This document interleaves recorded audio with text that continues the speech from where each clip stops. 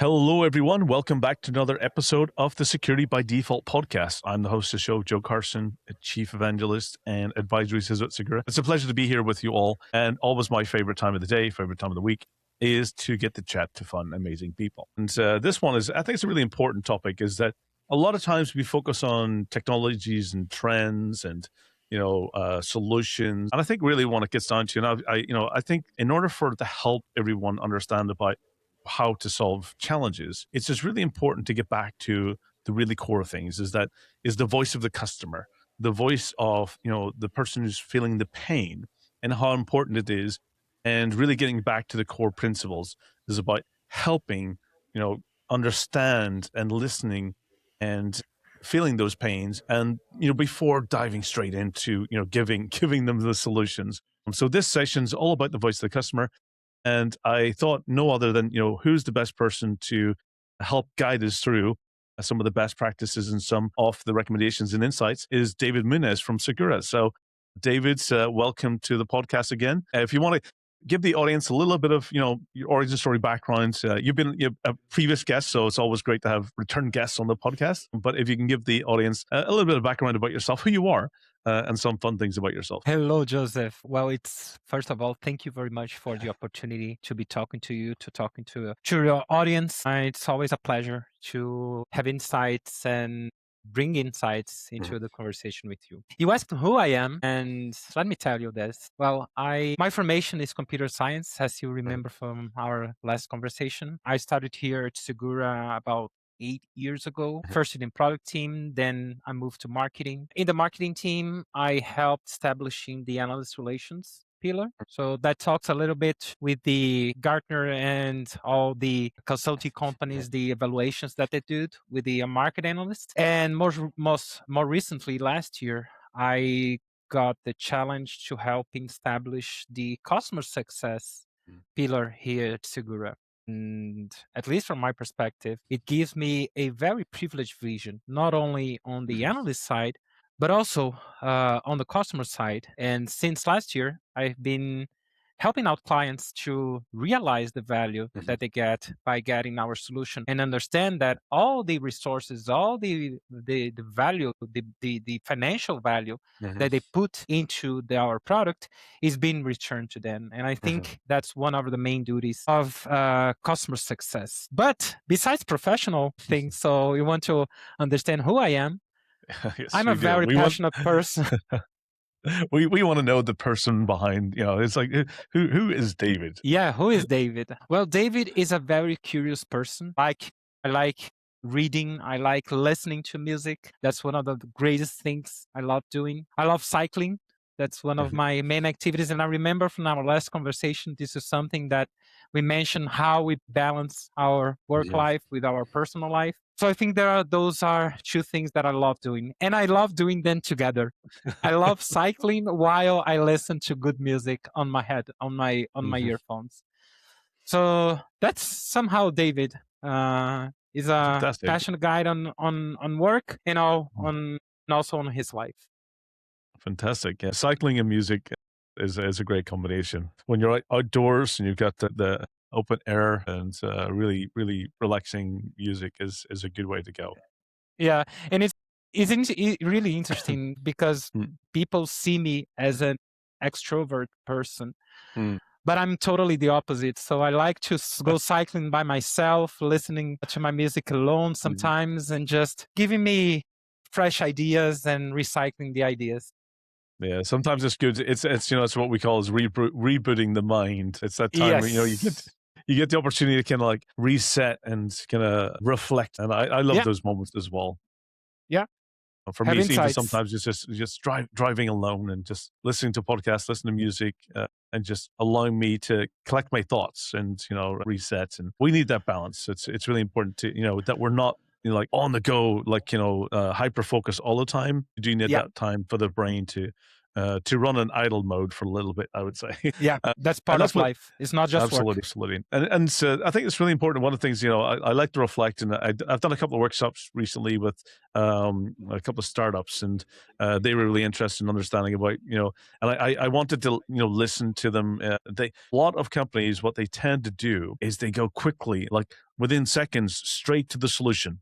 Let me show you what I've got. And during that time, they make lots of assumptions. They assume a lot. And I think this is really what it gets important. And I think it's so important that majority of meetings, when you're meeting with prospects and customers and different individuals, from different areas of the industry, it's really important to take the time to listen to their voice and listen to their story and how you came to getting those meetings. And I think one of the most important things we have in the industry is the voice of the customer. And if the balance between listening and talking is not properly balanced, where you should be listening more and asking the right questions, then a lot of times you make lots of assumptions. You don't truly understand the customer's problem and the customer's challenges and their pains, and you just make assumptions into thinking that your solution is the perfect fit.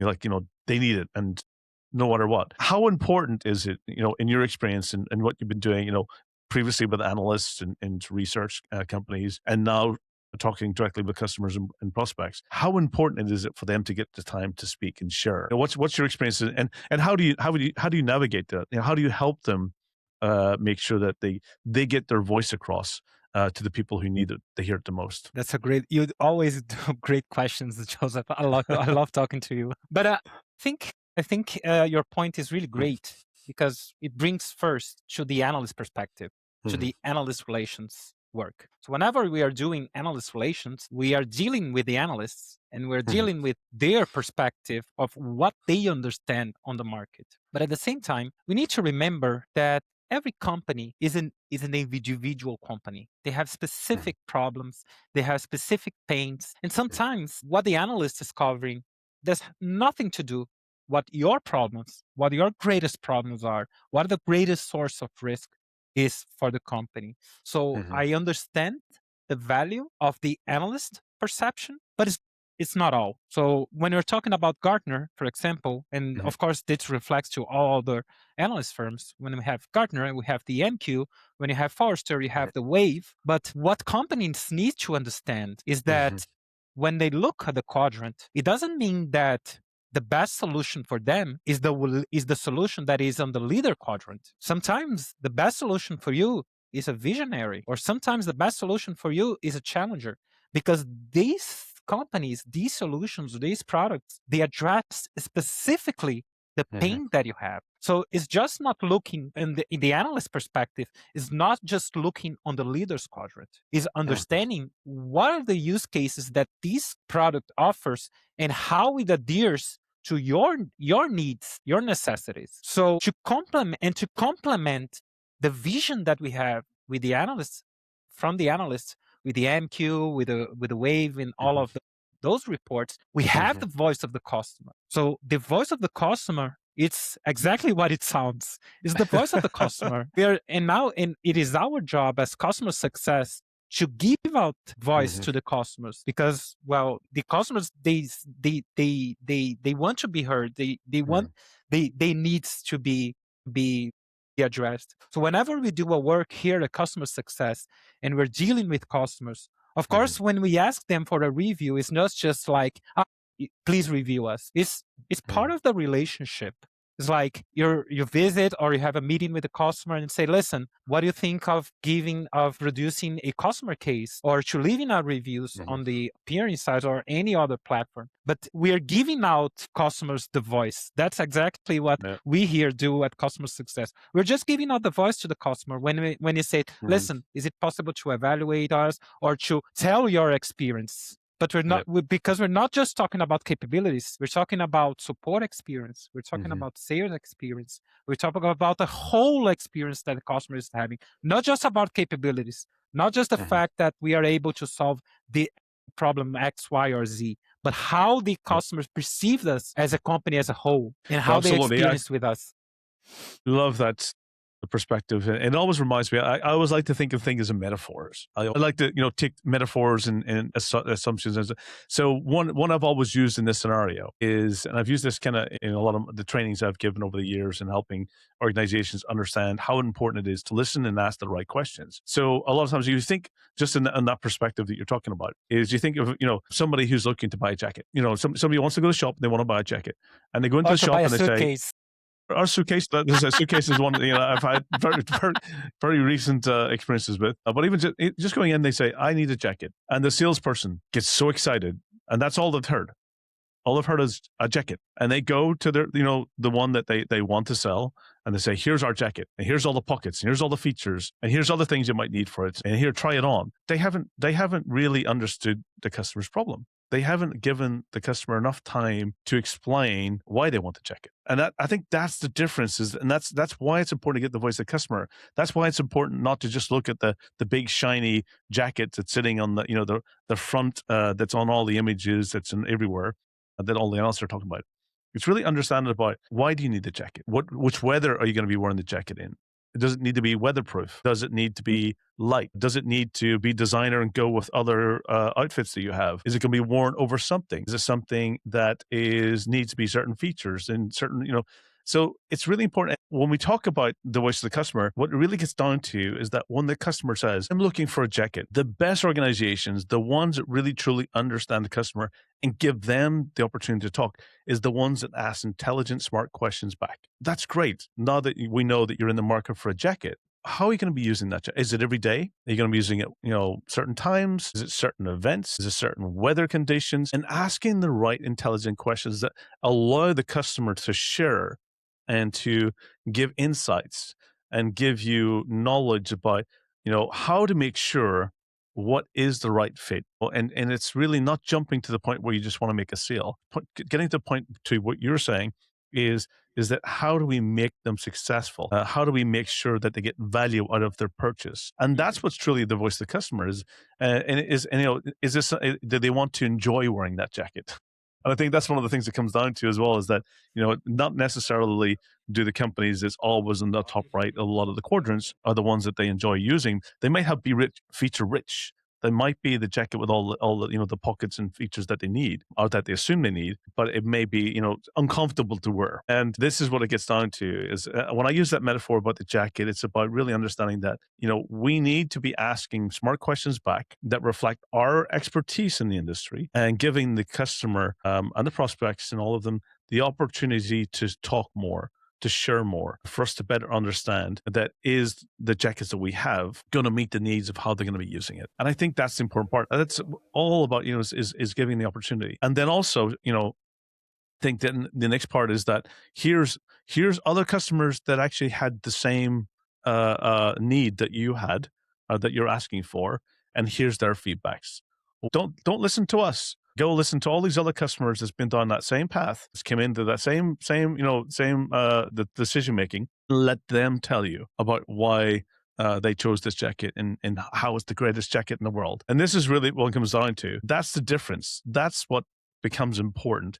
And that's why I truly believe, that we need to do more of the voice of the customer. We need to give the opportunity to share more and speak out. Because if otherwise we just make assumptions and we just give them things that we assume they need. And it ends up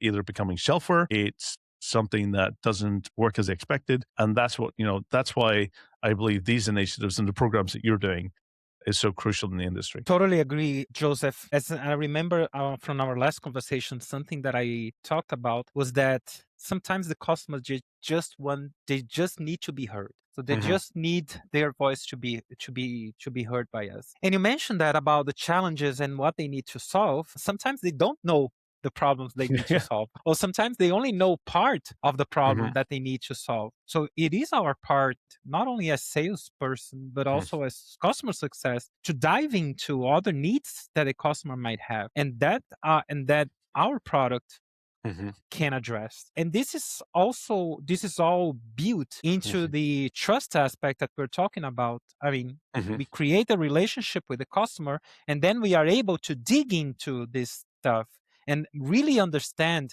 what exactly they need, and also, of course, understand how our product is able to address those needs.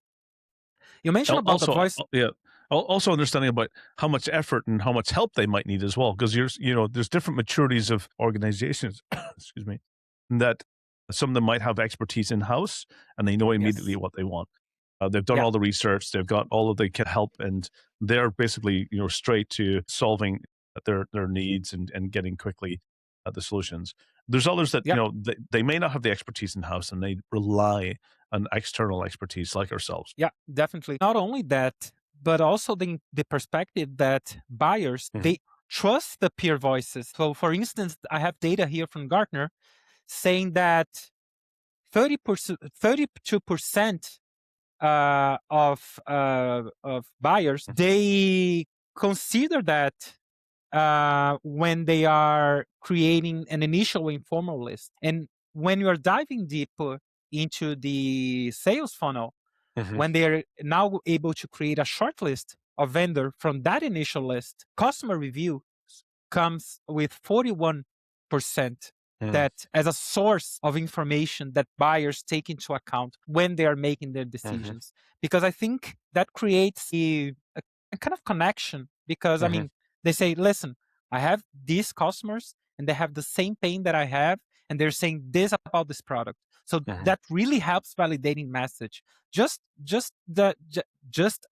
instead of looking on the vendor Mhm. website, this is just Yep. more credible source of truth than just looking at the vendor website or even on a market reports. Mhm. Because in the end, that there's a perspective of the market analyst, not on other customers that effectively uses the product and understand exactly the Mhm. kind of pain that this product is able to solve. Absolutely. I think a lot of times, for me, I've done a lot of research into the buying journey of many organizations over the years.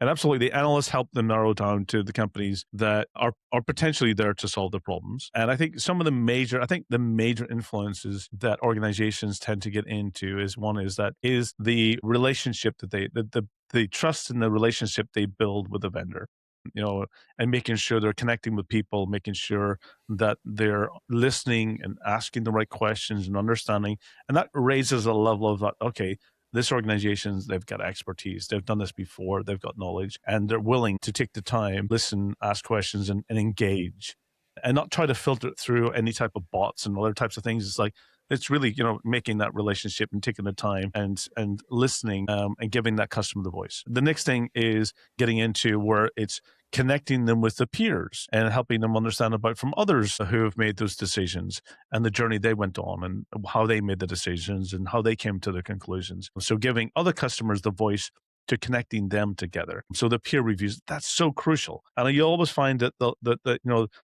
two more major criteria is getting hands-on, testing it. You don't buy a car without taking for a test drive. You don't, buy jackets without trying them on. It's like, you want to feel the comfortable, you want to feel the material, you want to know what it's like.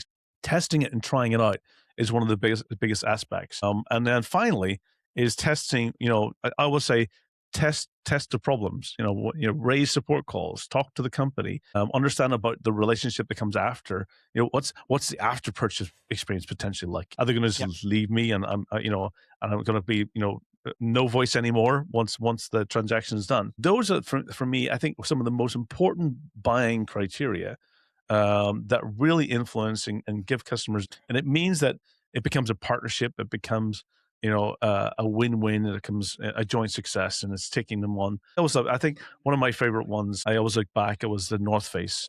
Remember the North Face one? There was the woman who was basically on the mountain with a jacket, North Face, and she did a video showing that, this is meant to be waterproof, and I'm getting soaked, and I'm up in the mountain, and I'm not happy, and I'm left here, and I'm getting cold. And what North Face did was they went and got another jacket. They got a helicopter, and they flew to her on the mountain. And for me, that's showing that one is that, yes, that they're committed to making sure that, when people are feeling that, okay, I'm struggling here, that they'll do what it takes to make sure that, they're successful and they're comfortable and happy. And that's giving the voice, that's listening, that's, making the commitment, that's going beyond yeah. the typical expectations. And I do That's see that's what empathy. I That's empathy as it's well. empathy, absolutely empathy, and it really means that you're committed to, and you're behind what you do as well. You Yeah, want, your product to be successful, and you want the solution. You want people to enjoy using it, and that's what yeah, I always see is, when I think of Segura and I think of what you're doing, that's the image that comes to mind. That person that's struggling and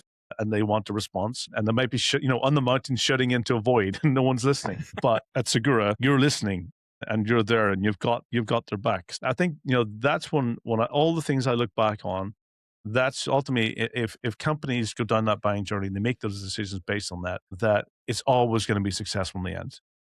Because during the journey, Definitely. you're listening, you're understanding, you're guiding them, you're giving them access to others who have been on that same journey, and ultimately, and also, when they make the decision, it's all about making them successful afterwards. Definitely. And by the way, Joseph, I think it's important to Mhm, mention that the customer's choice recognition is just not one picture. It has a background behind it. It has a story behind it. It's just not just one achievement that we mhm, received. We were customer's choice. It's important to remember. mhm, Customer's choice 2026, but we were already 5 times. So it's not just something that came up in 2026. This mhm, is something that we have been building since the company has started, a mhm, customer-centric vision. And that's the customer's choice is just a validation of this mhm, strategy, of this way of acting with customers. So 5 times customer's choice, the only one recognized in 2026. mhm, We were recognized 3 years in a row. mhm, We have the highest overall score. That's just one picture. mhm. It is a whole background behind it, and it needs consistency. It's just not Absolutely. one time. Yeah, I think it shows that is that the customers are happy and they enjoy working with Segura, and they enjoy the solutions, and they enjoy the relationship. Yeah, And I do see that also when I go to events, and I see them coming to the booth, and I see them working with the employees. That there's yeah. this early of excitement, and it does remind me And of they many like years in the past. Yeah, and yeah, go ahead. they like the sorry to Yeah. interrupt you, but they like the people behind it. That's Yep. also important to mention, because when I join the conversations with Hmm. clients and I see the laughing, and I see that even though we have problems, but we are having a good relationship, we are fostering a good relationship. Hmm. This is also part of the work. So Hmm. this is how it's also it has to be fun somehow. Absolutely. Of course, there's problems to solve, there's things to be solved, but as we were talking in the beginning of this conversation, Hmm. there's someone behind this computer. There's someone Yep. behind this company. There's someone in this call or Hmm. whatever. So something that I really like to enjoy sometimes is bringing the background that I'm Hmm. having in the call. Sometimes I'm having a tough time. Sometimes it's not good. And whenever I bring this context and saying, "Hey, how are you? I'm struggling with this, or I'm having this, or Hmm. it's a sunny day and I'm enjoying, or it's a Friday." So that somehow creates a connection between you and the other person. Hmm. And that person sees that in the end, you're not just a vendor. Yep. You're someone, you have a professional background, you have an educational background, but you also have a personal background. And Hmm. I like having this connection, because this is part of building trust and Yeah. building the relationship with the customer. That also takes into account. Absolutely. I think over the years, I've been fortunate, to be in companies that has really, you know, had, the ears and listening, and the time and commitment to customers for many years. I remember a long time ago, one of the early companies, Cheers, that I worked at was a very similar company. And even the customers there, he became, because of that relationship and because of how you treated the customers and how you listened, and give them the opportunity, to share their feedback and give them the platforms, not just to make sure that they're solving their problems, but also giving the people, also helping them with their career and their journey as well, to evolve and to learn new skills and develop, and becoming, experts in that field, and also, getting promotions and stuff. When you really not just focus on solving the problem, but you also focus on the person's journey as well, that also makes a massive difference. And I remember that a lot of the, over the years, that there was a lot of my customers back then that became lifelong friends because of that commitment, because of the time that we spent, and because of giving them a little platform and making them successful. That the journey just didn't stop at the company. It actually turned into a really fun and entertaining and lifelong relationship, even after changing, and many of us have moved on to different fields and different organizations. That connection's still there, and that shows you, that this isn't about just, getting a product over the line. It's about building lifelong connections and partnerships, because it's about making them successful as well in Yeah. the companies they work for, not Yeah. just making the company have a successful journey, but also having the people. And I think when I look back then at all the things like the peer reviews and the wave. When you look back, it's the feedback that you get and you see from all of those comments is really shows that they are happy and that they really enjoy it. And how many companies can you go to and say they say that they really enjoy using security solutions? They It's love. yeah, I they have love it. They reviews love saying it. that they love Yes. Segura. It's not just they like, they enjoy. Yeah. I have reviews from customers saying they love using us. That's a strong word, Joseph. It is a very strong word to use in a security software world. Yeah. And it really shows you because that's how it's helping them do their job and be successful and taking away the pains that they had prior to not having a solution. So absolutely. And remember, when you're able to increase the level of trust from a customer, they are much more willing to renew, to adopt your product, to upsell, to use it heavily. Yeah, and trust absolutely. is an important aspect of that, because that enables all of this stuff that I told you before. And I think it's also important, David, as we talk about this, is that not to be just reactive. And it's important to be proactive as well. Is when I look at, over the years, is that there's the customers and prospects who communicate a lot, and they're all, you're always having you've got consistent communication going, and then there's the others who are very quiet, and it's the quiet ones where I like to be proactive. I always like to go and say, hey, how is everything going? And I think that's also important as well, is to not wait for when something's needed, whether being they have a problem or it's a renewal, but also being proactive and going out and reaching out and just saying, hey, we're here when you need us. Reach out when you have any questions. If there's things you need to know, always feel free that it's an open channel. I think that's also important as well. Definitely. And I think you made a really good point, because in the end, I think that's what customer success is about. Many people confuse customer success as a escalation for support. It didn't work out, I'll escalate to customer success. And this is really tricky, because it can put you in a position where you are going also always to have a reactive role, which is not the role of customer success. Because I think when you get to a point when your customer perceives you as an escalation to support, they don't understand what customer success is about. Absolutely. It is your part as a customer success manager to preview and understand those pain points. And that comes through constant points of context and constant communication with the customer. Absolutely. And what's some of the resources and things that you do? Is there things that you do technique wise or proactively wise?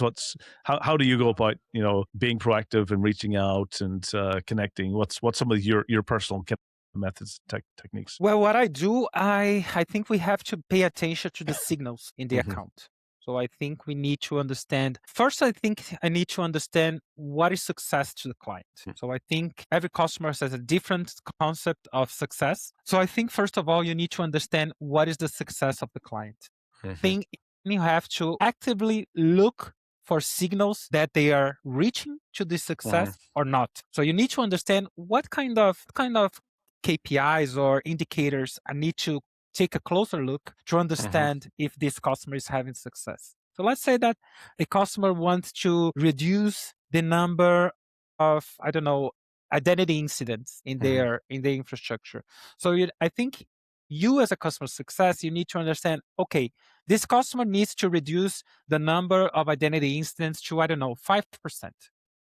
So what capabilities they need to do to achieve this? So they need to do, remote session. They need to record the remote sessions that they are using, because this will help mitigate risk, and this will help them achieve their business objectives. So what you as a customer success needs to do is to constantly not only talk to the customer, of course, to have this feeling and have this relationship of trust, but you have to look for the signals in the account, whether the customer is achieving these numbers. So you're gonna evaluate month by month the number of remote sessions that they are performing. So understanding if there's a drop, or if there's an increase, or if any evaluation, you need to understand why this is happening and what can I do. And if it's dropping, if there's no adoption, what can I do to improve that? So I think you need to understand the signals that the account is giving to you. You have to be able to read the signals and understand what these signals mean, because sometimes the customer, they won't tell you this, sometimes, or they Yeah, don't have the vision or anything, but you have to be able to see those signals and act on them. absolutely. And sometimes I always find as well, that's a great way is attention to detail and being very proactive and helping them with their once you've identified the success criteria metrics, is helping to make sure they're actually moving towards them and able to Yep. achieve them. And sometimes Yep. even better is finding other companies who are doing it really well and getting them to share experiences, giving other customers the voice and the platform to go and share, hey, here's how we've done it, and giving them guidance as well. So sometimes matchmakers in the security world, making sure that people are able to find those that have the experience and knowledge in those areas. David, it's Yep. been fantastic having you on as always. I really enjoy talking with you and everything you're doing in this world to really make sure that companies are being successful and they are getting listened to and they are loving the journey that they're on. So many Yep. thanks. For the audience, what's the best way for if they do have follow up questions, if they're interested in learning, if they themselves are thinking about a customer success program or strategy, what's the best way for them to contact you and have questions if they want to reach out afterwards? Well, currently I'm a heavy user of LinkedIn. So whenever you can visit my LinkedIn profile, just type in David Muniz for Segura, and then you're going to see my name. I'm always open to exchange messages, to also see what all of the peers are doing, because me as a customer success, I also want to do that. I also want to understand what other customer success managers Absolutely. are doing to being success with customers, and not only me as a technology buyer or anything, but also as a professional. So you're welcome, of course, welcome to send me a message over there and to connect with me. One of the things that I like doing, also talking to people and see different point of views. That's always good. So I'm Fantastic. always open for conversations and to see other points of view. Absolutely fantastic. I'll make sure in the show notes we'll add your LinkedIn connection there so that Yeah, people that you have questions, they just want to make a connection with you and share experiences and yeah, best practices and lessons and so forth. yeah. Let's make a community out of the voice of the customer. Let's get people to share how to do it the right way and lessons learned, because also where failures have happened as well, that sometimes is good to reflect back and learn from failure so we don't repeat the mistakes in the future. So again, many Definitely. thanks for everything you do for the audience. I think it's really important, for you, and if you have comments or feedback on how to really truly make the voice of customer successful and how to make sure that it's about a relationship and it's about a journey together. I'd love to hear your feedback and your comments as well. David, many thanks for being a guest on the show again. It's always enlightening talking to you and always refreshing, because this is the positive side of the security, is when you get to help people be successful, not just in the company but also in their career as well. So for everyone, this is Security by Default podcast.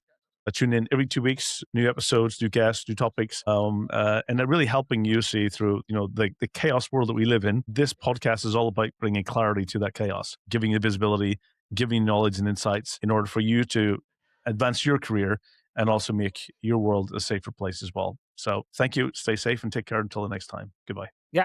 Thank you.